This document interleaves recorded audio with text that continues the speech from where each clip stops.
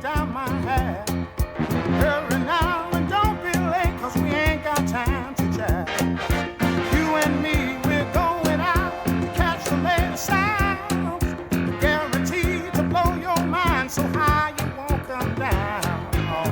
Hey, y'all, prepare yourself for the rubber band. Man, you've never heard a sound like the rubber band. Man, you're bound to lose control when the rubber band starts to jam. Oh, this dude is out of sight. Oh. I was just shutting down some background programs. Alrighty. Well, let's get this shindig on the road so I can do some real drinking. Hey everybody, welcome back to the Woods Cast. I am Justin Woods, and with me as always is my hopefully less hungover brother, Shay. Yeah, no, I'm good. I feel like hell. I'm good. Yeah, yesterday was a dark day, but today I'm okay. Yeah. I stayed up way too late with the missus watching Mr. Mercedes. That's a good show. Wanted to go to bed at like 11. It was like 1 o'clock when I fucking passed out in bed. Not good. So right now we're going to do the podcast so that I can have an excuse to pound about 6 beers and go to bed early. Yep. Yeah, maybe have some rum later. You know. Why not do this to myself again? That sounds. I mean, you're not getting your PhD in history, so. Yeah, right. Yeah. Jesus. Repeat whatever you want. Yeah. All right. So we are recording. What the hell is today, Shay? It's Monday, September 9th. We have a lot. We skipped last week, didn't we? What the fuck were we doing? We were both at weddings. Both had to go to weddings. So did some. How crazy was yours? Because mine was pretty fun. I had a ball. The one that we went to last weekend that we skipped the podcast was in Lexington. It was big, huge shindig. It was done. They did it the reception in a old distillery, so it was pretty cool. Open bar, had a ball. Yep. Yeah, that sounds about. Ours was at this little ski resort in southern Vermont. So that was fancy. a great. Yeah, it was super bougie. It was a fucking shit show of a day because we had a red eye. So you get off work at 4, drive to Dave's house. Then we basically started drinking at like 5:30 or 6. Our flight doesn't leave till 11. Then we have to land in Boston at 5 and then drive from Boston to this town in southern Vermont for 3 hours. So the whole time, Dave is just belligerent. He had promised to be the backup driver in case the guy that was supposed to drive didn't feel up to it after the flight. And then we just landed at the airport at 5 a.m. and he was just hammered. And he was just like, "Oh, this is fucking great. Okay, it's going to be one of those days." And that pretty much set the tone for the whole weekend. There you go. Years ago, we took a trip to Purdue, me and a bunch of fraternity brothers, to visit their chapter up there. And we got on the road, and my buddy Preston was like, all over the road. And I was like, "Dude, what is your deal? Like, have you been drinking?" He's like, "No, man, I'm dead sober. I just don't have really good night vision." And so we left at like 7 p.m. I was like, "Well, fuck, pull over, man. I'll drive." He's like, "All right, cool." And then the rest of the car just proceeded to get wasted. And, Yeah. And so, like, we get there, and I can't find the Purdue's a fraternity house, those guys, and their chapter's house. And so I pull over and, like, ask this guy, like, walking down the street, like, "Hey, do you know where the fraternity row is or whatever?" Apparently, this is a no-no where at Purdue, because, like, then the cops pulled me over. They're like, "What the fucking hell you think you're doing?" It's like, "I was just asking for directions." It's like, "You pull over in the middle of the road and ask for directions?" It's like, "I don't know where I'm going, I do. Like, what the fuck's your deal, man?" And so he's like, "Are you drunk?" I was like, "Actually, I'm the only person in this car is not drunk." These guys are hammered. These guys are hammered. But yeah. So, okay. So we took a week off. Record this one today, like I said, Monday, September 9th. Weekly numbers. I'm on my second beer. Just trying to pound away this disgustingness I feel. We are in the 962nd day of the Trump administration, Shay, so congratulations to us. Yep. Been about 454 days since Donald Trump solved this whole nuclear crisis with North Korea. Believe he just had to blow Kim Jong-un, but whatever. Yeah, slop. What am I? I lost my place here. Oh, Q drops. We've had 3,570 Q drops. Not one since August 1st because they got their fucking 8chan shut down. And the morons haven't figured out where they want to move it to. Yep, that's fantastic. All right. And it's been 2,981 days since George R.R. Martin's fat ass dropped a book, so get on that. Okay, we had some like roller coaster polling. I think the last episode we even called the polar coaster. And Donald Trump's taking it in the gooch these days, right in the taint. Gallup has him at 39.57, negative 18 approval.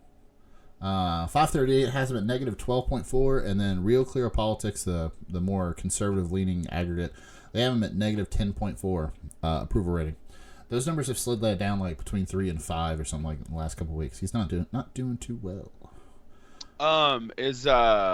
What's his aggregate like the? Okay, so for Gallup it's 39% approval. 538 is 41.5, and then Real Clear Politics is 43.3.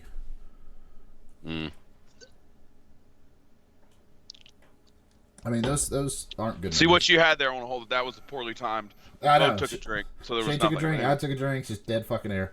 Remember when we first started doing this? We kept getting out of sync because I had it on like pause reduction, and whenever we both took a drink, it just edited out that. That's why we were never on like. It was weird.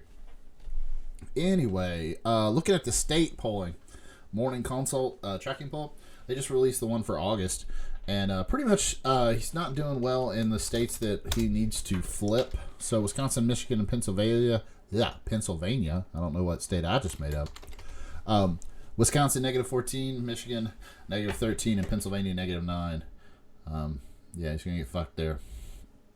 Yeah, I would love to know what the I'm sure there's some internal people for his campaign. They're freaking out. At least they're like, this isn't a good place to be going into this. Right. Please stop doing weird shit and having secret meetings with the Taliban near the anniversary of 9/11. Could we not do that, please? I don't know what the fuck to think about that, except that like Barack Obama and his administration, they met with the Taliban, but they also included the Afghan government. Like they were the go-between between the Taliban and the Afghan government. Apparently Donald Trump was just going to fucking kick it with his homies in the Taliban in the White House. I don't know. Pretty weird. So Ohio is still negative, Florida. And then, but those three that he flipped, they're not doing well for him. Speaking of internal woo-fuckery, we were talking about this before we started recording, or before the part I'm going to cut off, I guess. Yeah. And we talked last time, and I was wanting to come back to this again, because we talked last time about Joe Walsh running for president. Oh, yeah. For those of you not paying attention, Joe Walsh is he's a former congressman. He was real big into term limits, which he didn't have to worry about, because Tammy Duckworth just fucking drummed his ass out of office. Real shitty congressman. Yeah. He was a real shitty congressman. He loved to say things like the Second Amendment is the most important amendment because it defends all the other amendments. I'm sorry. He's a piece of shit, but the dumb shit that he says cracks me up. Oh, no. That's so stupid. He's like, they workshop that, and we're super proud. Oh, yeah. And he's like one of the drive time like conservative talk radio shows, as hats here in Chicago. So I listen to him all the time. I called into his show and talked to him. Fancy. I know, fancy. It's not that hard. But he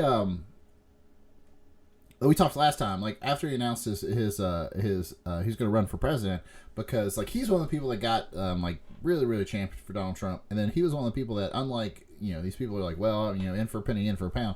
As soon as Donald Trump started doing all this dumb bullshit and things that were unconstitutional, he was like really mad. He's like, this is not what our party stands for. Donald Trump is just a liar. It's horrible. He doesn't represent. He was very, very open about that. And listening to his show was sometimes real fun because he's got a very conservative audience.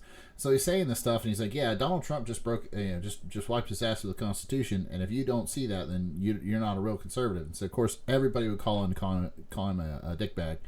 And so we talked about that last podcast, about he was going to attack Trump from the right, because that's what he does. And I think the quote he had right after he announced was, I'm not racist, but I've said racist things on Twitter. Yes, that was the one. That's another one where you're like, fucking what? Yeah. You just said that. Holy shit. Yeah. All right. So, and then we also have Bill Weld. We talked about that guy. He's the perennial libertarian candidate, right? I think he was the vice presidential candidate for the Libertarians last time. Who gives a shit? They got 87 votes total. But he's very conscientious, kind of middle of the road, conservative, Republican, whatever. And everybody was talking about Mark Sanford getting in the race. Remember we talked about that? It was assumed that he would get in the race. And just as of yesterday, he did it. He jumped into the race, and now we got 3 people running against Donald Trump for GOP primary. And so what are they doing? They're canceling the primaries. Yeah. Yeah. So awesome. So this is going to be really good. And I think this will be fun because not only is Mark Sanford, you might remember him. Excuse me. He was the former governor of South Carolina. He's the guy that said he was hiking the Appalachian Trail and was putting it to his girlfriend in Argentina. Oh, that's right. That is him. Awesome. Yeah. Awesome. So yeah. So like for I don't know, it was like 5 or 6 days. Nobody knew where the shit the governor of South Carolina was, and the lieutenant governor was like, "No, that's cool, I got it." But like, I found out later he was just banging his girlfriend in Argentina, and he had one of those really great like stand by your man moments with his wife, where he did the press conference and she just stood off to the side like hating a hole in the back of his head. Force you so hard. Yeah. Yeah, so that's who you're talking about. But the other thing about Mark Sanford is, they're not married, by the way. Shocker. They're not married anymore. But Mark Sanford is also a legit budget hawk. And so one of the things I was really hoping he'd jump into the race for is so that he could go out there and get 0.002% in all the polls and prove to us once and for all that nobody on the Republican side gives a shit about budget deficits or spending as long as there's a Republican president in office. Yep. Because that's what's going to happen. Yeah. That's fun. Yeah, that's and it's like I was saying before we started, or she still have to cut it off, but it's that thing where the real fun thing to do with the primary thing is when people start yelling about it, just point and be like, Obama did that too, and then like, what about it? No, he didn't. Well, yeah, but he didn't have any challengers though, so right. It's a little different. Right. Yeah, like that's the first thing you should point out is like if you look up, government party primaries, if you're going through those to see who ran when, and because I was looking back to see like who won Iowa the last time. Was it Sanders or was it Clinton? I couldn't remember. And if you go back another year, there just wasn't one because nobody was running against Barack Obama. They just didn't have one. But yeah, but this is so right now we've got what do we got? We got Arizona, Kansas, and South Carolina have all canceled their primaries for this year. Nevada is expected to do so very soon. Because nothing says our candidate is awesome like not letting anybody run against him. Yes. I mean, and I wonder, I assume this is just kind of a circle of wagons kind of thing. Now, I have any of the candidates, I assume all of them live in states where they're going to be canceled? I don't know. That's a good question. I mean, I assume they all can't run. I want to see them just do it anyway. Yeah, I mean, I haven't heard anything. I mean, Joe Walsh, I haven't heard anything about them canceling the Illinois primary if Joe Walsh is in it. Where's Bill Weld from? Home. Bill Weld is from... Boom, oh, come on, dumbass. Where the hell is he from? This is fun. This is riveting radio, that's for sure. How the hell is this not on his Wikipedia? It's not that important. Oh, whatever. Oh, yeah. He was the governor of Massachusetts, so he's probably from Massachusetts. So Bill, I mean, I haven't heard anything about the one in Illinois being canceled, so, I mean, Joe Walsh will still get his shot there, I'm sure. But yeah, it's just like, it's such a, I mean, goddamn it, I've said this before and I'll say it 1,000 times.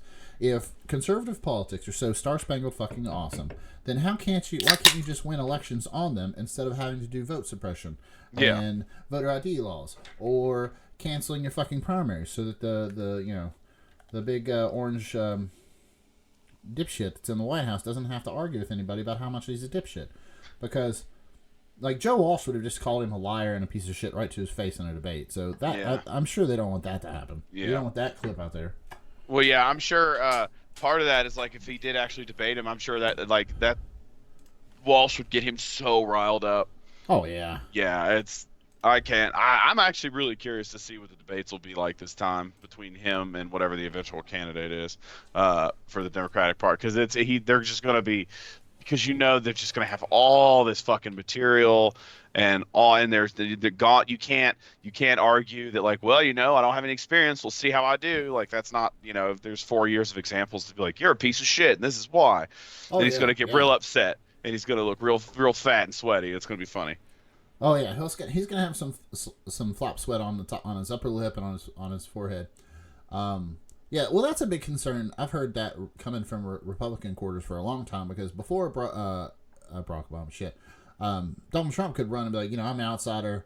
You see my business record. I make things happen. Let me go in and shake shit up. And people are like, yeah, let's let him do something. Let's try something different.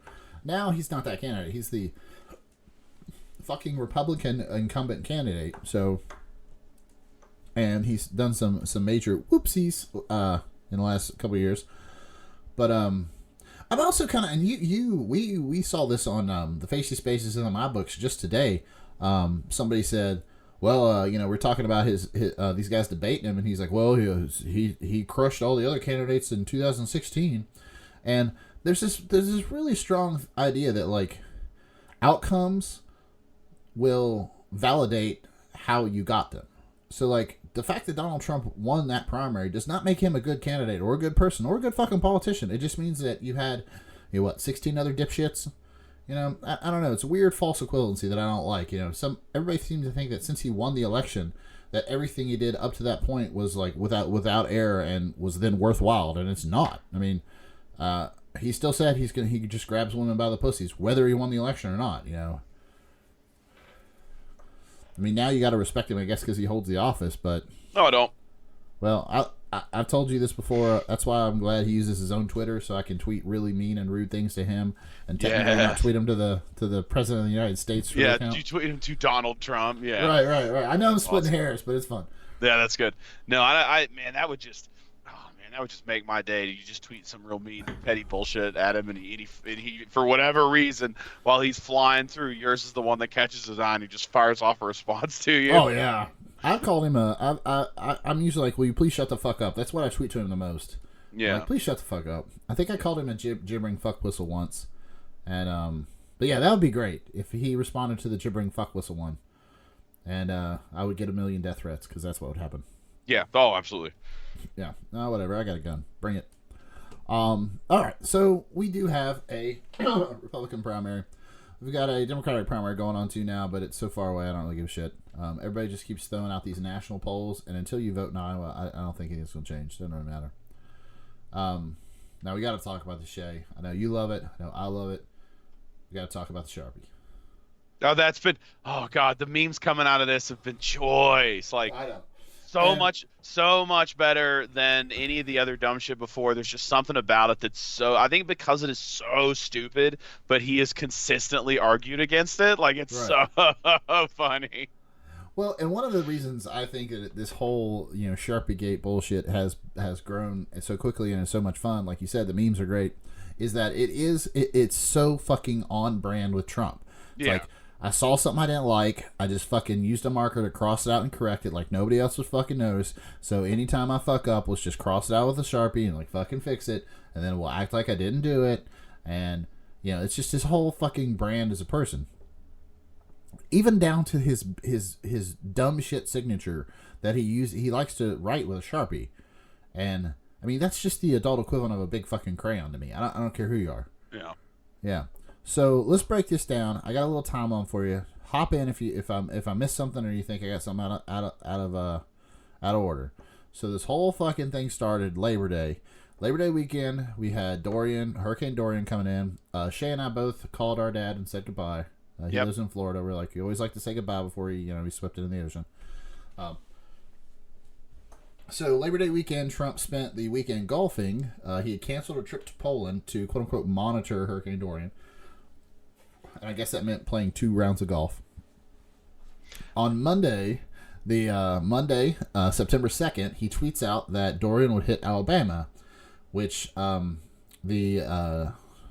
National Weather Service immediately sent out a tweet saying it would not hit Alabama. The president was full of shit. Donald Trump did not like this. He then, 2 days later, tweeted out one of those spaghetti maps that shows the 332 different paths the storm could take or whatever. Yeah. He tweeted out a spaghetti map that showed the storm going through Alabama. The problem is, he tweeted this out on September 4th, and that map was from August 28th, so 5 days earlier. if you looked at the spaghetti map of September 4th, it wasn't going to go anywhere fucking near Alabama. It's going to go up the coast. So he tweets out this 5-day-old intelligence to try to defend himself. Also on the 4th, when asked about like what happened to the okay, hold on, I'm jumping ahead of myself. On the 4th, he did a briefing, held up now this is what everybody knows, held up a map of the path of Hurricane Dorian, and somebody with a black Sharpie marker had just extended the little cone of danger over Alabama. Yep. It was very clearly done. Like the original one was in white, he did it in a black Sharpie marker. There's pictures of him from earlier that day getting the briefing from that same chart without the addition to it. And then he did a little presser in the Oval Office, and it had this addition to it. So it's like, hey, look, see, told you I was right. Okay. So that was the 4th. Later in that briefing, reporters asked him what happened. How did that addition get on there? He said, I don't know, about a dozen times. Now, there's 2 parts to this that I really like, and I want to say this, but I don't believe it. Some articles said that he was asked, did you do it? And he said, I don't know. And I think that's much more fun, because I like to imagine that we have a sitting president that really does not know what he did the day before. Yeah. He just has no fucking clue. Well, I don't know. But I think the question was, how did that happen? And he goes, I don't know. Okay, so then on the next day, the White House releases the photo of him getting briefed on the map without the correction on it. And then on the 6th, a White House official just admitted that he did it. He's the one that added the little addition to it in permanent Sharpie black marker. So Donald Trump lied. Everybody's, of course, shocked by that. It's the first time he's done it. The campaign then on September 6th started selling Sharpie markers with Donald Trump's signature on them. I saw that. Yeah. And Rachel was really worried I was going to buy him. I was like, I don't want this shit. Yeah. I mean, I already got the North Korea coin. I don't need this nonsense. No. And then we get into some contradicting things here. Also on September 6th, NOAA, National Oceanic something association, I don't know, whatever. They run the National Weather Service. They tweeted out that Donald Trump was totally right, and there were earliest predictions that it would go through Alabama. This, of course, made all the fucking scientists at NOAA mad, because they knew it was wrong. Yeah. So somebody in the administration leaned on NOAA, which is actually controlled by the Commerce Department, and our Commerce Secretary is that vampire-looking motherfucker, Wilbur Ross. He's like 1,000 years old. And it was just reported yesterday that Wilbur Ross on September 1st threatened higher-ups at NOAA with termination if they contradicted Donald Trump. Now, let's back up and remember all this is because he just blurted out that a storm was going to go to Alabama and just wouldn't fucking let it go. Yeah. It's amazing. Yeah, it's amazing. It is amazing. But I mean, anyone that, it's only funny to people like you and me. Anyone that is still on board with this guy is just going to be like, no, it's fake news, man. He never did it. He didn't know how it got there. You know, dude. It's all fake news, dude. I had a friend share this the NOAA article when they could contradicted the National Weather Service. They're like, see, oh man, look at that. The National Weather Service the liberal news media got it wrong again. I was like, and I read the article. I was like, did you read this fucking article? It just states that they tweeted out something, and then there's like quotes from like 8 different scientists saying, "No, this is horseshit." Yeah. I don't know. Yeah, I don't know who tweeted that out, but it was somebody higher up. And it encapsulates the dipshittery of this administration so well. And like you said before, the little memes that came out of this were so goddamn good. I think my favorite one was the X-ray of the foot with the bone spur drawn on in Sharpie. That was good. That was choice. I like the one of him and Melania sitting at some ceremony or whatever, and she just had this scowl on her face, and somebody drawing a big smile on her face in Sharpie. That was a good one. Awesome. That's awesome. There's the one where they just take a picture of like the desert out in Arizona somewhere, and somebody had drawn in a border wall with Sharpie. That was fun. That's good. Hands down, my favorite was the National Mall for his inauguration. People had drawn in stick figures to fill it up. Yep. Because during his inauguration, it looked like the National Mall was balding. But yeah, it's so. And he's still not letting it go. Like, he's still tweeting out shit probably right now as we're talking about. Like, no, I was right. I was right. She's like, you fucked up. Just let it go. That's not how he works, though. No, it's not how it works. You never admit you're wrong, and the problem goes away. That's been very fruitful for him so far. Well, he's going to have some problems, and they're going to be. I think they're going to be his election chances, but we'll see. We got to see who we get a candidate first before I'm like going to go hell or high water into that. Did I miss anything? Nah, that's all of it. Oh, another one that was really good. Have you seen the ones where they take the Sharpie and make Trump look taller or buff? No. Yeah. So they take a picture of him out on the golf course, looking all doughy as fuck, and then they like draw in like bigger shoulders and some abs and like muscles and stuff. Yeah. Good stuff. That's awesome. Yeah. I thought it would be a fun thing to do is to start a campaign to mail the White House just Sharpies, just crates and crates of Sharpies. I feel like that would be a good way to get flagged somehow on something. I'm sure I'm on a list of some sort. Yeah. That's all right. I mean, this podcast isn't helping any. No, not at all. Yeah. Oh, yeah. One of my when I was looking for work, all my friends were like, "Are you worried about anybody hearing your podcast if you're interviewing at their place?" I was like, "Not really." And if someone actually managed to find it, I'd just be more surprised than anything. Oh yeah. Or if you walk in and sit down and they're like a listener, just Oh God, one of the 10. He's one of the dozens. Like Shay Woods, like from the Woodscast. What? You're my hero, dude. What? No. Yeah. Well, anyway, I work here now. I work here now, and I make $100 an hour to smoke weed and watch Netflix. Yeah. I'm the new director of Netflix and Chill. Yeah. You're the new czar of Netflix and Chill. Speaking of Netflix and not chill, we've got some alt-right asshats that are in some trouble, and it's very, very fun. What's up? First one, we talked about this a little bit earlier. You got Milo Yiannopoulos. Milo Yiannopoulos is how you say his name. He's now complaining that he's broke and can't put food on the table, and I think it's the public stance of the Woodcast that we don't give a shit. No. Yeah, I think we don't give a shit. No. That's like you said. He could get a job. He's not. He wants to be a famous person that doesn't have to work. Right. So for those of you, I mean, I swim in some really weird parts of the internet, and I follow a lot of these right-wing dick bags because they are just that. They're just dick bags, and they want to make a name for themselves being edgy. Milo wanted to be edgy, and he started out at Breitbart, and he was like their tech editor, I believe, and he was a horrible writer. Like, if you ever want to just not feel sorry for the stupid bastard, just pull up one of his articles and read through it. It's just some high school drivel bullshit. Yeah. And he was on Breitbart, and he got bounced from there. He got bounced off Twitter because he attacked Leslie Jones in an extremely racist manner on Twitter over the whole the new Ghostbusters thing. And I don't really know why. Like, he wrote a review of Ghostbusters, and of course it wasn't flattering. Not a lot of people like that, but he was really going after Leslie Jones. He got kicked off Twitter.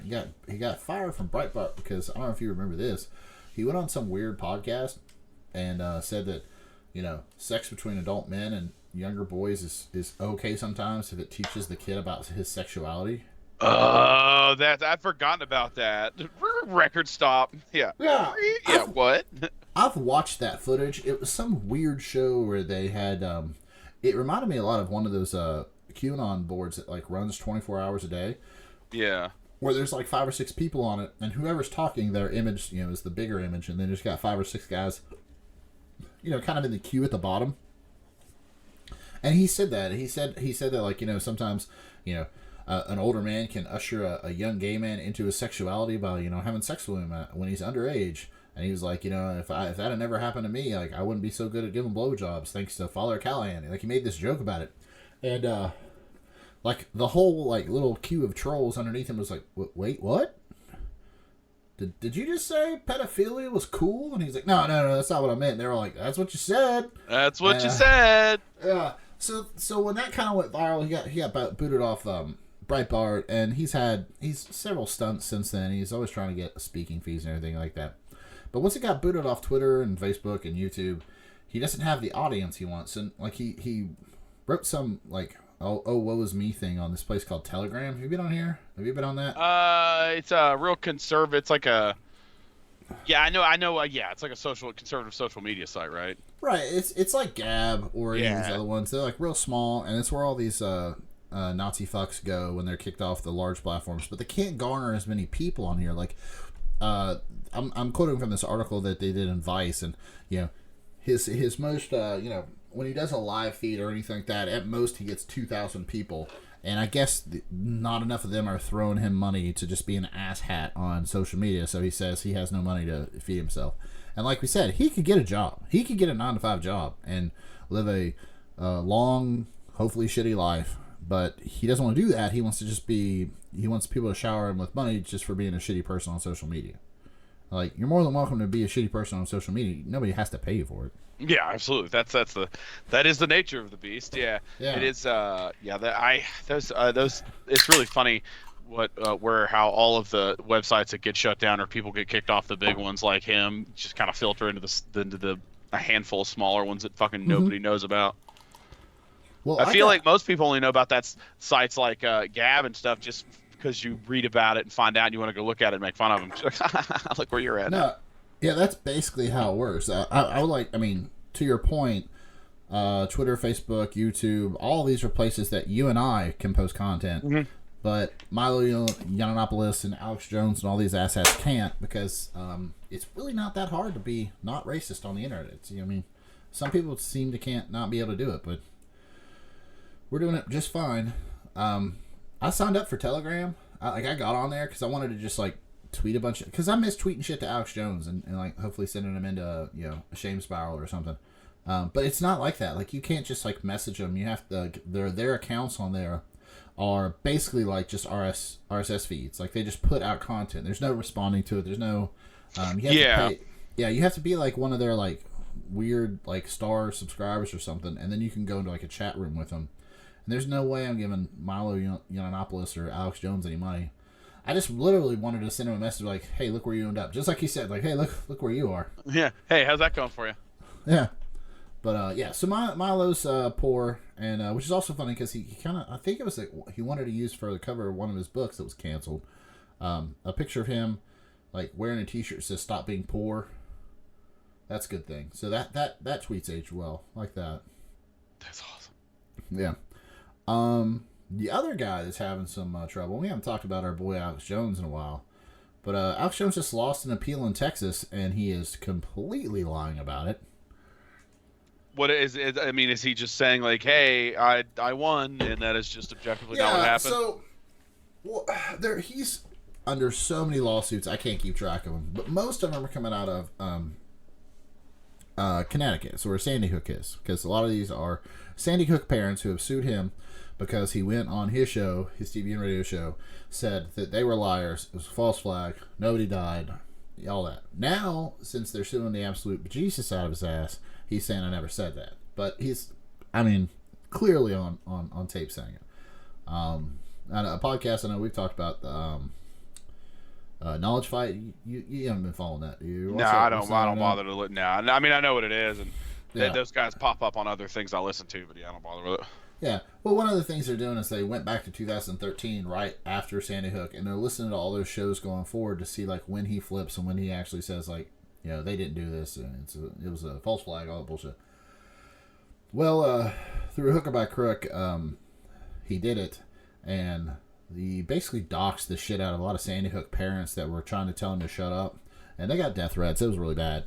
So they sued the shit out of him, and all those are going on in Connecticut, but one of the Sandy Hook parents sued him in Texas, and he was not turning over the proper things he was supposed to, and in discovery and everything, and he had appealed. How do I want to say this? I'm sorry, he filed a motion to get the case thrown out. They said no, the case will go forward. He appealed that decision, and just now the judge said that appeal would not go through. You're fucked. Now this is the lawsuit in Texas. Yeah, the lawsuit in Texas, and also he was put on the hook for their legal expenses. That's the other part, right? Thank you.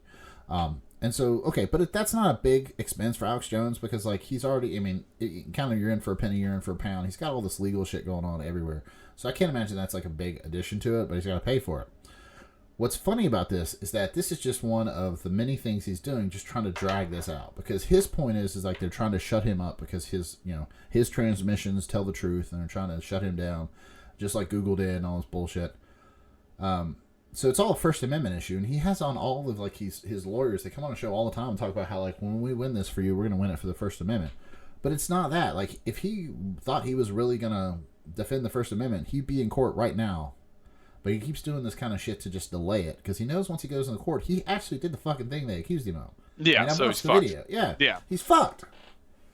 So he's just trying to delay this as far as he can. I think this is like, I think in the next couple of years we might see the absolute like the complete bankruptcy of Infowars, and I think it'll be hilarious. That'd be fun.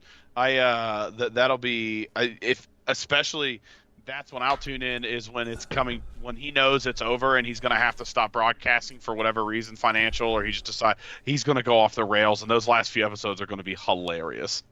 Oh, yeah. And he says a lot. He's like, I'll fight the globals till my last breath. If we have to do this in a garage, in my garage or my basement, we'll do it in my garage or my basement. I'll sell the family farm to pay for this. And it's like, no, if you wanted to do that, you do that right the fuck now. You'd shut down this whole big fucking studio. It'd just be you and like Rob Dew and Owen Schroyer in your fucking basement or your garage with a couple microphones and some headsets, and you just do it. But what you want to do is you want to sell $5 to $10 million worth of fucking bone broth and pocket that money. That's ass. Yeah, I mean, it's not. It's so fucking transparent. Now, to your point, I have noticed him say, like he's trying to quote unquote expand, and he'll say like, we would have expanded to like be on the air for 20 hours last year, but you guys didn't give us enough money. And then just today, I think I was listening to him, and he said, like one of the other, Paul Joseph Watson, he's the guy over in England, one of his cohorts. He's like, I made him go do his own site and do his own show because I just couldn't afford to pay him anymore. I was like, well, what the fuck's that mean? Like, he's on your show all the time. So there's all these little things that'll happen like that. But I think you're right. I think when the real spiral hits, it'll be real fun. He's just going to be hammered drunk, shirtless and screaming probably. Well, that's the thing. It's like I haven't noticed him getting drunk lately because I think he knows that he's got to stay on point and make the spots. He's got to do the sales because he needs his fucking money. That's true. Yeah. Speaking of sales, they just came out with something they call Chill Force, which is supposed to help you mellow out in the evening. So right now he's got Brain Force, which is like an energy drink you're supposed to take in the morning. You've got Knockout, which is supposed to help you go to sleep at night, and you've got Chill Force, which is supposed to help you bridge the gap between Brain Force and Knockout. So it's like uppers and downers for your whole day.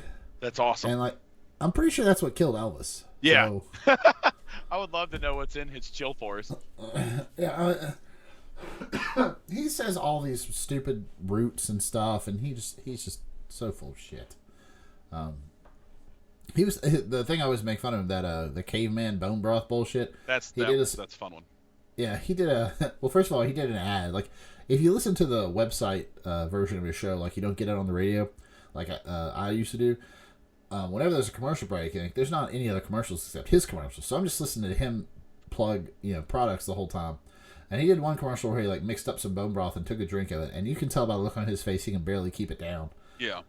It's good. It's that's some funny stuff. But like even today, he's like, all right, it's gonna be the last run of bone broth. We won't get any until like May of next year. I'm like, really? What the fuck, dude? Like, who's making this shit? That's so. What factory in China are you buying it from? Yeah, that's.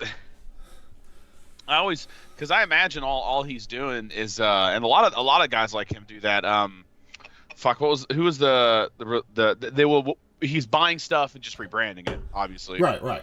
Private label is what he calls it. Private label. But what is the guy that that I can't remember the actual talk show host, but him and his wife went to prison for a bunch of fraud, and now they sell freeze-dried meals.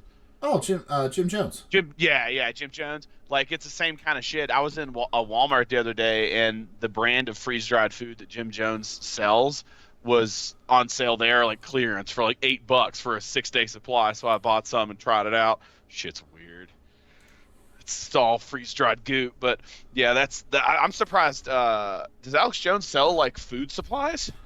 Yeah. Emergency food. Yeah. And he sells. Excuse me. He sells shit, what is it? My Patriot Supply. That's what he does. And so he generally sells my, and sometimes he will say where he gets it to private label it, but not all the time, because I'm pretty sure whoever he's getting some of this stuff from, they're like, you use my name and we're done. Like, you keep your name out my mouth. Yeah. Keep my name out your mouth. So he's been really, lately he's been into like this silver wound gel bullshit. It's like some kind of microbial silver paste that you're supposed to put on wounds and it kills bacteria and everything like that. And he's got a hand cream that has the silver into it, and it's supposed to form a protective layer around your hands so that you don't get infections or get cuts. Like, it's really all about this infused silver nonsense. But he won't say where he gets it to private label it. He just says that this is made by the top scientists in some place, dumbfuck Egypt or whatever, I don't know. And it's the top of the line. If it was any stronger, you need a prescription. Don't ingest it because it's that strong. It's lethal. Ingest it. I'm like, you're not putting anything over the counter that I can't put a spoonful in my mouth and die. But he won't say where he gets a private label. He does say My Patriot Supply place a lot, because I think he sells a lot of their like body armor and gun parts and shit too. Yeah. So I don't think they give a shit. But I looked that stuff up. First of all, freeze-dried emergency food is expensive as balls. It's just expensive. You really gotta shop around for it. But I'll be honest with you, I buy the best tasting ones are like the individual package, like Mountain House, like what you can get at Walmart and shit. It basically just ends up tasting like fancy hamburger helper. But yeah, it's not cheap to like Justin. If I had the money, I would buy a year's supply of freeze dried food just so I'd have it, and for when the grid goes down. And it's just and honestly, it's just so handy. It's not good when you're drunk and you want food, because then you end up eating a whole one, and they're like 30,000 milligrams of sodium per meal. But you don't feel good. Yeah, no. But then if you want to get food, like, I mean, hell, I think I bought this 3-day supply of food I got from Walmart on clearance for $10. It's normally like $60 or something stupid. Yeah. So like, they make a lot of money off that shit. I think we've talked about this. If we won the lottery and money wasn't an issue, we would have a goddamn bunker and an arsenal just because it'd be fun. Yeah, exactly. Yeah, it's just because it'd be fun. The word we're looking for here is compound. Yeah. But yeah, like if you want a year's worth of supply of food, like it'll cost you, upwards of $1,700 or something. Yeah, I'll look it up right now. You continue to talk. My Patriot Supply. But the funny thing is where, I don't know how the hell Alex Jones does it, but My Patriot Supply's food on the InfoWars Life website is discounted more than it is at My Patriot Supply. But like I told myself, like if I ever want to buy this, I'm getting it from My Patriot Supply. I'm not giving Alex Jones a fucking dollar. Oh, absolutely not. I gave him $12 to get you that T-shirt. Yes. Yeah. Yes. Looks like a 1-year supply of Mountain House is about $3,000 to $5,000, depending on what you're getting. And that tends to be true for most of these. Yeah, but I mean, I guess the logic there is that if stored properly, it's good for like 40 years or some shit. But that is, again, like, I was thinking about the logistics of it. Like, where are you going to store like 3 pallets of shit? I guess that's maybe it's a pallet. Yeah, I don't know. It's like... Yeah. It's basically a pallet, yeah. Okay, that's not too bad. I would absolutely do that just to have it. Yeah. And, yeah, that'd be fun. I don't know. Rachel keeps telling me we gotta like get supplies up for the winters here, and I'm like, we're fine. You say that until you're not. Yeah, you say that until it's cold. Yeah, and power goes out, so you need yourself some water, some flashlight batteries, and all that shit. We got that stuff. Hey, fine. Well, that's all you need. Rum mixers. Yeah. Yeah. What's real fun here in Colorado is when they have there's a big storm predicted. Like you have all the other normal ways people are at, but then everybody's out of weed. Oh. You're out of weed because they're just like, oh shit, this is the big one. This is it. I need to be able to watch the world crumble while I roll a blunt. Yeah. Oh, that's good stuff. I didn't even think of that. Yeah, that's good. All right. Fun stuff. If you know this, Justin, but getting stoned in a blizzard is pretty sweet. Well, I can imagine. I can imagine. Fun stuff. What have you been doing lately? Trying. I saw. Did you ever go see It Chapter 2? No, I'm gonna see that. I'm gonna try to see it this week. I imagine. Good. Yeah, I figure one of my buddies saw it and basically said what you said. He's like, well, it's not as good as the first half, but it's still good. And the ending's kind of meh. And I was like, so it's just like the book? He goes, yeah, pretty Yeah. much. Apparently, from what I understand, like it's a pretty faithful adaptation of the book. Like, which by its nature, the last half of that book is not as interesting as the first half. Like, it's just not. Well, the book. How do I want to say this? This adaptation and all of the other one, have done the thing where they, because the book is told simultaneously in the years. Yeah, they break into two different. 1955 and 1985, or 53 and 85, whatever. What is in the new one there? It's like, is it present day, right? It's 85 in present day. 85 in present. Okay, that's what I thought. Okay. Yeah. So, so most of the times, when the last two times they've done an adaptation, they just break it into two halves and they tell the kid story first and the adult story second. That's not how it's structured in the book. No, it's completely simultaneous. In the book, if you read the book, while at the same time the kids are racing towards their confrontation with it in 1955, the adults are being herded towards a second confrontation with it in 1985. Let me clarify when I say it's. But the adults still don't remember what they're going to do. They just know they're going to go through that door. They don't remember how they confronted it the first time. They're still just like going on a wing and a prayer. Yeah. Well, what I mean when I say is it's just like the book and that the second half isn't as good as, I mean, the parts with the adults are not as interesting. Like, and because there's a lot of stuff in the adult sections of the book that don't deal with anything really. It's all like, like spouse abuse, and which I get, it's the mundane evils and aside, whatever. But, are these people's lives shitty in the future because of this thing's influence over their childhood? And I get all that, but the adult sections, they're just not as fun. No, they're not. They're really not. They're not as lighthearted. Yeah. They're not as, one of the things that I always liked about the book is the reason that it draws them back is that it feels slighted, and it's never been bested before. And it's long eons of being in Derry. It just fed on what it called its town, and its influence slowly crept through all of Derry. And it's never been bested by kids, and it doesn't understand why it was bested. It doesn't understand anything, and it's the first time the entity it ever felt fear. First time it ever had to make a plan. It didn't have to it could always just step out and take whatever it wanted, but now it had to plan and make sure that it wasn't going to be, blindsided again. Because what the kids had done, and it's just described extremely well in the book, is that it is a glamour. It can take on the shape and nature of anything that it wants to, and it will pick out of your brain what you're most afraid of.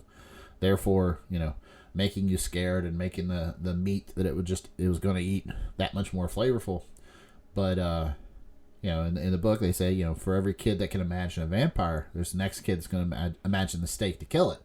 So when it's locked in a form or one form or the other, it's vulnerable to that form's weaknesses. And in the book, it became a werewolf, and the kids used a silver bullet. Yeah. But even then, it only worked because they believed it would. Exactly. Yeah. Exactly.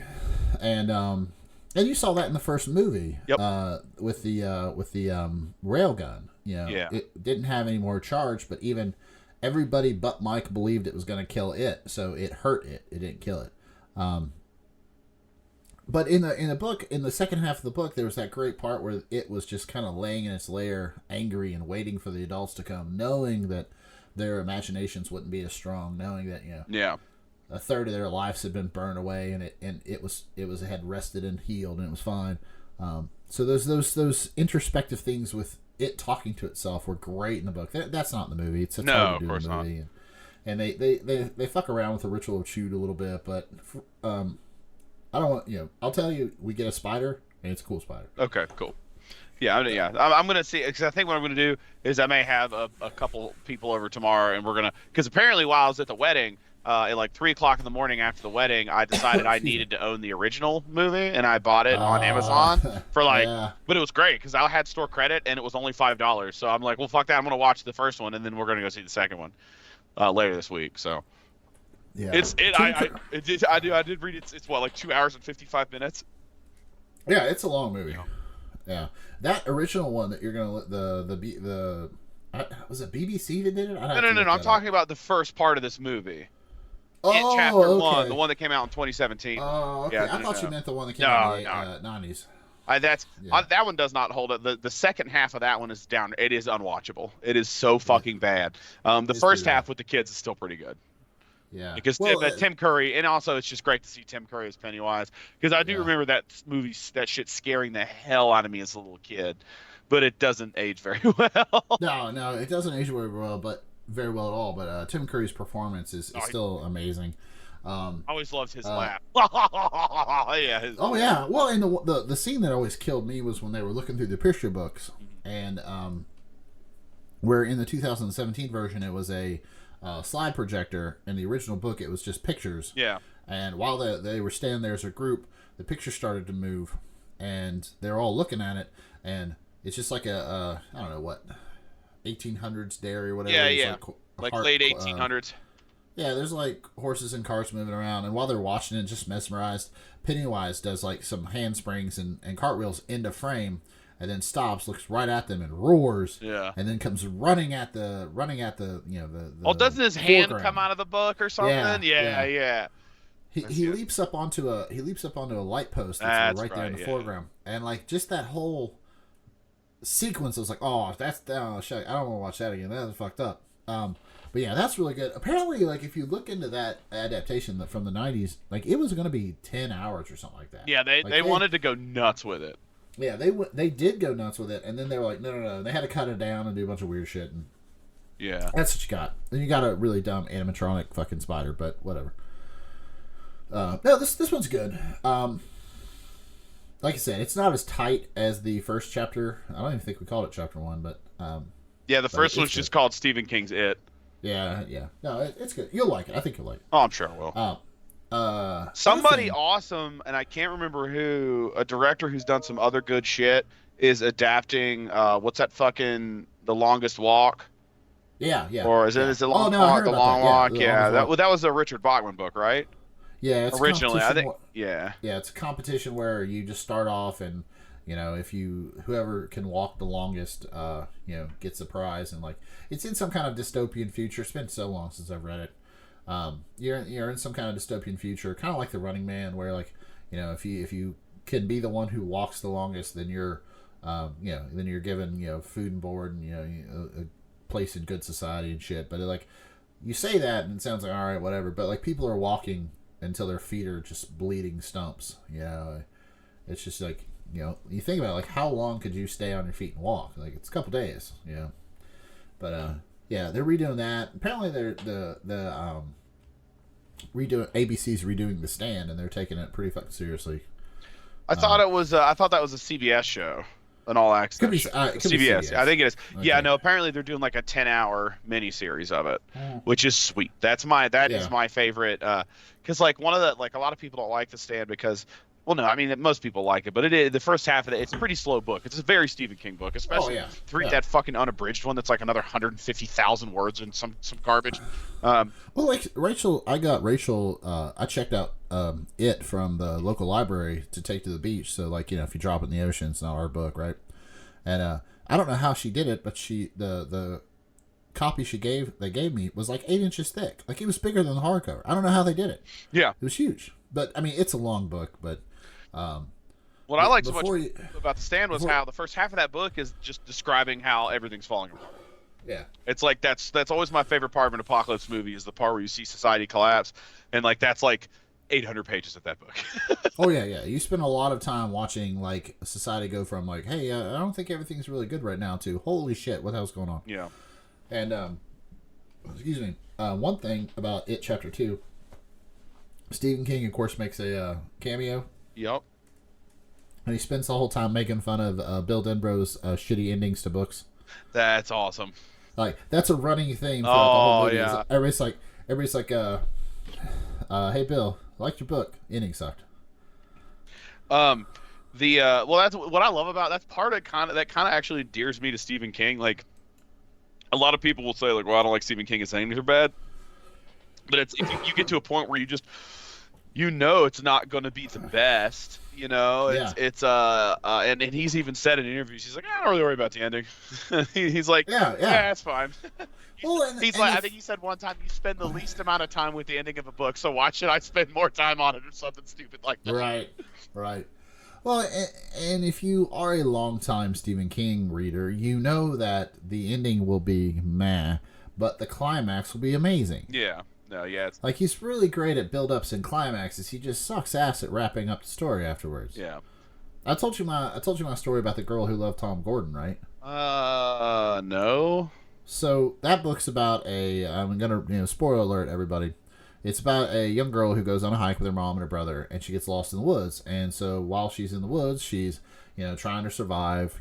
Eats some berries and gets the shits. Just all the she makes all the classic mistakes you're not supposed to make when you're lost in the woods. And she gets this feeling that there's something following her, and she ends up finding like a lair with like bones and things. Like there's something out there, and something's hunting her, and you kind of get the impression that it's some kind of a demon. And at the end of the book, now she loves Tom Gordon. Tom Gordon's a major league pitcher, and he's known for stare. He's like the relief guy. He's known for coming in, throwing like 8 really fucking amazingly fast pitches and ending the game. And he always stares down the best batters, and he will just stare him down and then throw his fastball, whatever.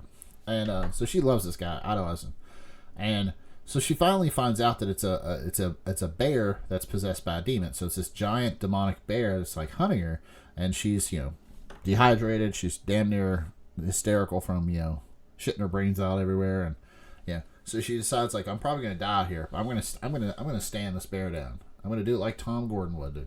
So she like sits there and like confronts the bear and acts like she's gonna fastball pitch her Walkman at it or something, do something to kill the bear or whatever. And that's where I had to go up and take a piss and get a drink of water. And I'm in the bathroom thinking like, all right, I'm like 15 at the time. I'm like, all right, if I was going to end this book, how would I end it? Thinking like maybe I should start writing books because it seems pretty fucking easy. This book isn't that hard to write. And I was like, well, one cheap way to end the book would be like, just as she's getting ready to confront the bear, a hunter stumbles out of the woods and shoots the bear dead and saves her. And I'm like, oh, that's kind of lame.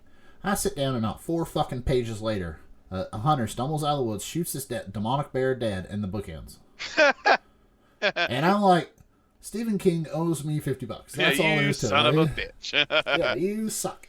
Yeah, that shit is. Because I remember even the Dark Tower was the original ending to that. He opens the door, and then you don't know what he sees.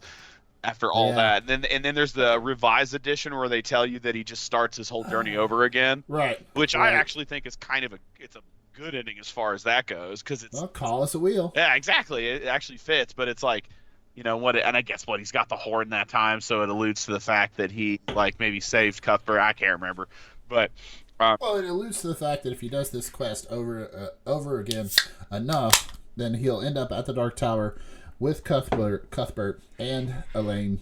Yeah. And his tet will be intact, and he will gather Eddie and Susanna and Jake. Yeah. And he won't lose them. Lose them along the way. Yeah. But even then that there's still the ending of where he fights the Crimson King. He like erases him, the little guy with the notepad or whatever. Yeah. Yeah, that was weird. But then I don't know if Stephen King said it or not, but isn't there some there's at least a popular fan theory that the reason the Crimson King was so weak was because it had been defeated, and that was like right. It's like a house of reps, like without that, like it's all connected. So let's take 2 steps back for everybody who hasn't read all these books. The Crimson King is the main baddie in the Stephen King's magnum opus, The Dark Tower. Something like 70% of his books tie into it at one point or the other. They either mention a character or a character walks through or something. It's something. There's a tree that you can look up and do all that. Someone's got a name with the initial CK or just stupid shit, yeah. Right. But in the final book of The Dark Tower, he has the final confrontation with the Crimson King, who in other media had been represented as like a spider being. Like, he existed in, one realm as a human, but existed as a large half-human, half-man spider kind of thing in another realm, blah, blah, blah. That gives that's what Shay's talking about, is that everybody, the big fan theory is that Stephen King's It, the entity of Pennywise that fed on children, was an extension of a good portion of the Crimson King. And when the kids in Derry killed it, they essentially negated a large portion of him and his powers. That's the fan theory. I think it tracks. I think it slaps. Yeah, that sounds like one of those things. If you ask him about it, he'd be like, "Sure, yeah, that sounds good." That was good. Yeah. I was high as balls on coke at the time. I don't know. Did you have any idea what OxyContin I did while I was reading that book? Reading that fucking book? Yeah, he's funny. When I was, you know what movie I watched the other day that I have not seen in a while? Motherfucking Maximum Overdrive. Oh. There's so many, because for those that you don't know, that shit is bonkers. It's horrible. So fun though, but it was a movie that Stephen King directed, wrote and directed it in the 80s, right? Yeah, I think it was the 80s. It was like late 70s or 80s. And the thing is at that time he was doing shit tons of cocaine. Right. And he admits it too. Oh no, if you ask him who directed that movie, he'll say cocaine. Yeah. Like he's written and directed by cocaine. But it's funny because like there's all these hilarious stories of him like pausing filming and running out to throw a blood bag. Like the scene where the steamroller comes to life and kills the guy on the baseball field. Stephen King almost got run over because he was real high on blow and he ran out and threw a blood bag underneath it while it was moving to make it look bloodier and almost got run over by it. Oh yeah. Like that whole... totally. Yeah. He had a really great there's like long form comics that's I have to find the website. It's like quotes from like important people, but like they take these quotes and they turn them into these really long like comics that are like long comic strips to really illustrate them. And he did a really great one where he sat down and talked to the guy and he talked about his desk. And when he first got his, started, carrying a couple other hits under his belt, he had some money. He bought this huge writing desk and he put it up in his attic and it was just the center of his world. Like it was the center of the room and it was the center of his attention. And then as time passed, like his kids got older, wanted to spend more time with him, but he wanted to be up there to some big important desk writing. And then he noticed that there was always beer cans on his big important desk, and he's doing a lot of drugs, and like his focus was on this desk and his identity as a writer. And that when he really got his shit together and started writing well and spending time with his family, he had sold that big important desk, put in a TV and some couches and so whatever, and moved over to the corner of that big attic room to this little writing desk. So like that's where he would write and do a lot of good work, and then he would spend time with his family where that big important like I make money now desk is. And he's like, yeah, it's best thing I ever did was get rid of that big stupid fucking desk. The insinuation was you could fit a lot of cocaine on that desk. I've read interviews with other writers and stuff that would party with him in the 80s and 90s. Like, yeah, that guy was fucking nuts. Yeah, I mean, he still is. Yeah. Speaking of fucking nuts, two things to that point. I'll skip over one and talk to you. Have you read the Mr. Mercedes trilogy? Have you read that? Starts out with the Mr. Mercedes, then goes to like Finders Keepers and something else. I forget what the third one was. I've read the first part of the first book. Yeah.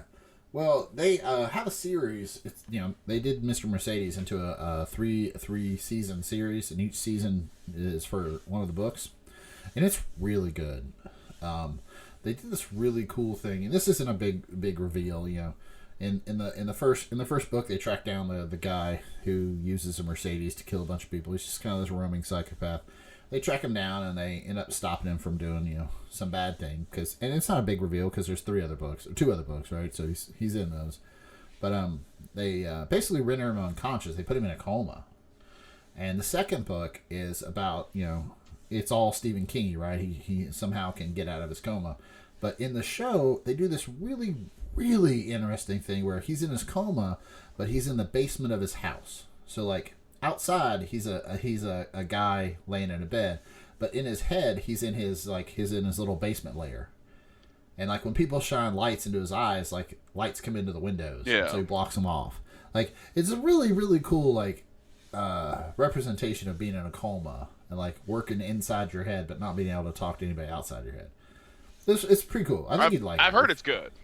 Yeah, it's really good. It's on the fucking AT&T network, whatever the hell that was. I don't know. I rented it from the library, but that's super good. That's what I got really drunk watching last night. So I recommend that. But also, the other thing about Crazy is the Joker. Starting to look really good.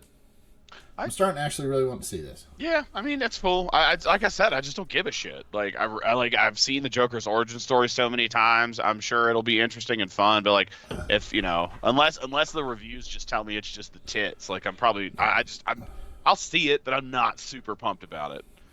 I'm not super pumped about, like you said, another Joker origin story. I'm also not super pumped about how right after this movie's released, we're gonna have to compare every Joker since. Yeah. Batman, Bam and Bath times. Yeah. I don't like that. The correct answer is Cesar Romero with his painted on mustache. God, that was so funny. Yes, sir. It's so funny. Yeah. Like when you watched it as a kid, and those were still kind of like popping around on Nick at Night when we were little. And what Shannon are talking about was that the Adventures of Batman? No, it's just Batman. That's just Batman. Batman. With, Burt Ward is Robin. Eartha Kitt is the Catwoman. Who is Batman? I'm drawing. Adam West. Thank you. I know. I'm sorry. I'm going to cut a corner off my nerd card when we get off this podcast. But yeah, back in those, like you watched those were on Nick at Night when we were younger, and we'd be watching them, and you just thought like, okay, well, I guess they just didn't want to do anything about his mustache, and they're just gonna put white paint all over it. And then you find out that like Cesar Romero just refused to shave his mustache because he loved his mustache. Yeah, he's like, no, y'all can suck it, paint over it. Yeah. I loved it. Y'all can eat my ass. So we went from that to the Justice League CGI upper lip that was just weird. Yeah, there's a history of mustaches in the DC universe. They've got a history problem, man. Yeah. I'm super bummed Spider-Man's not in the MCU anymore. That's stupid. At least for now. It's just the height of corporate woo fuckery. It's stupid. Yeah, it's real stupid. It's so dumb. I mean, he's still going to be Spider-Man. Like, you're still going to have Tom Holland Spider-Man. It's just he's not going to be in the MCU. So, I mean, I guarantee their next one, they're going to give him some Venom action. Well, I was going to say that's the plan is now that Spider-Man is no longer going to be in the MCU, he's going to be solely in the Venom universe, quote unquote, and they'll do that. Which is fine. I mean, maybe this is how we get the Venom web shooters or whatever. Yeah. We've talked about plot hole spackle enough. We know it'll work out. But I mean, Joker looks good. Anything I can get Rachel to go see that's a comic book movie, I'm fine with. Good stuff. Yeah, I mean, I guess I don't know, man. I'm really worried that it's going to be like a 2-hour movie of him getting bullied and picked on and being a bitch. Like, you know what I mean? Like, I don't want to watch it's, and then like and then the last 10 minutes is him just being crazy. Although I do hope they recreate that scene from The Dark Knight where he's on the talk show and cuts the guy's throat with the cup. That's pretty sweet. Fun. Looks like they're going to go that direction, hopefully. Yeah, it looks like, at least from the previews, that he is going to descend into madness and then realize that there are a lot of people ready to be there with him, and he will start a, kind of a movement, a revolution, or whatever you want to call it, and do his thing. One of the comments I've seen a lot, and people aren't necessarily clever in saying this, but a lot of them are like, all right, so I guess this is the sign of the times. Back in the 80s and 90s, if you wanted to create the Joker, you had to throw him in a vat of acid. Now, if you want to create the Joker, just throw him out in our society. Look at you, self-reflective piece of shit. I've seen that comment so many places. At least give credit for the first place you saw, because that's stupid. I mean, the thing is Joaquin Phoenix is a great actor, and I think he'll do really good. I worry it's going to be. We forget he punked the world for like a year and a half. It was amazing. Yeah, he had fun with that. I want it to be good. It's lame to have. It really makes me mad that I'll probably get a sweet performance and an awesome Joker in a movie that doesn't have a Batman Joker dynamic. You know what I mean? Like, well, they're already talking that that they're in the works to make the Joaquin Phoenix's Joker crossover with Robert Patterson's Batman in the Batman. Yeah. Yeah, that's fine. Am I saying his name? Yeah, right? Patterson, whatever. I still need to. Do we care? I yeah. don't think we care. Yeah. No, the Twilight guy. Yeah, the sparkly vampire guy. Well, the Edward. Yeah. They're already talking about that. That's fine. Yeah, I mean, I'm game. I'll see it. You know. I mean, I watched one Meg movie. I'm gonna watch the sequel. Like, come on, guys. This isn't fucking rocket science. They. I went to go see Mortal fucking Engines, for Christ's sake. I mean. That's on you though. Yeah, that was kind of my fault. Yeah, that's on. I almost watched that at the gym the other day, and I was like, nah, that's shit. I don't need to see that again. I don't need to see that bullshit again. That was dumb. All right, you ready to say wrap this up? Sure. Alrighty. As always, we hope you have had a fun time doing this. But don't care if I'm you actually did. not. Well, if you didn't enjoy it, why don't you send us an email at the Woodscast1776 at gmail.com. We're at Twitter and on the Facebooks at Woodscast1776 because fuck Alex Jones and all his shtick. I'm feeling better, a little bit drunk, not hungover anymore. That's how you fix that. Shay is blowing pot smoke into his camera the whole time. Yep. And seriously, hit us up. Let us know what you think. We enjoy doing this. I get to talk to my little brother every now and then. We can talk some shit. And apparently people listen, so. That's dumb, but okay. Yeah. Yeah. I don't even listen to the podcast. No, I've literally never listened to it. Yeah. Not once. All right. Well, that's okay. Shay, say goodbye to the nice people. Toodles, nice people. And as always, Hail Hydra. Yes, Hail Hydra.